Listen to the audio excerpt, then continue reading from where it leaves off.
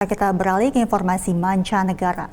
Mahkamah Pidana Internasional akhirnya menerbitkan surat penangkapan terhadap Perdana Menteri Israel Benjamin Netanyahu yang pertama diungkap oleh penyidik pada Mei lalu. Surat penangkapan ini menuai respons berbeda dari Eropa dan dari Amerika Serikat yang dua-duanya mendukung Israel dalam perang melawan Hamas. Dan berikut laporan Yuni Salim dari VOA.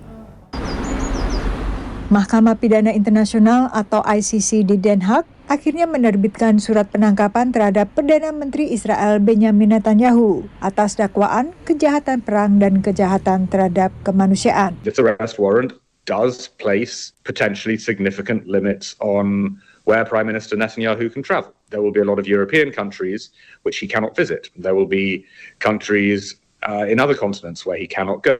This is an issue that President Putin of Russia already faces. Putin has not been able to go to recent summits in South Africa and Brazil because he also faces a ICC warrant. Surat penangkapan ini berlaku di 124 penandatangan Statuta Roma yang menjadi anggota ICC. This decision is a binding decision on all states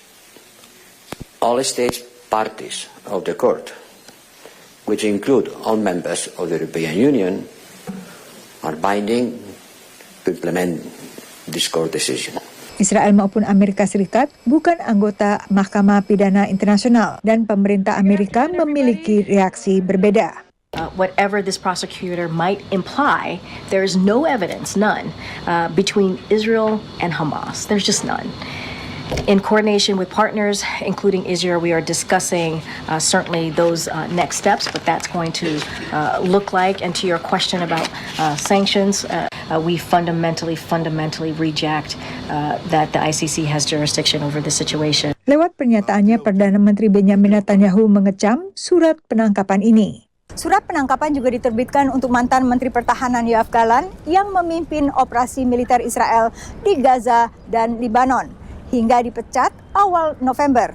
Lalu di pihak Hamas, ICC juga menerbitkan surat penangkapan untuk pemimpin Hamas, Ibrahim Al-Masri, yang juga dikenal sebagai Muhammad Deif. ICC mengatakan akan menyelidiki lebih lanjut kabar kematian Deif yang menurut Israel telah dibunuh Juli lalu. Dua tokoh yang tadinya juga menjadi sasaran surat penangkapan, Ismail Haniyeh dan Yahya Sinwar, masing-masing telah dikonfirmasi kematiannya. The ICC said they put out the two indictments and will continue the investigation to provide some degree of explanation and consolation to the Israeli defense. I think all sources agree Deif is dead. Basically, I think those three arrest warrants and indictments are now a dead letter. Meski surat penangkapan ini semakin membatasi gerak Netanyahu, analis menyaksikan dampaknya pada kondisi di jalur Gaza sendiri. Unfortunately, as personally made clear to me by some of the highest level officials over there in Israel when I discussed these matters with them,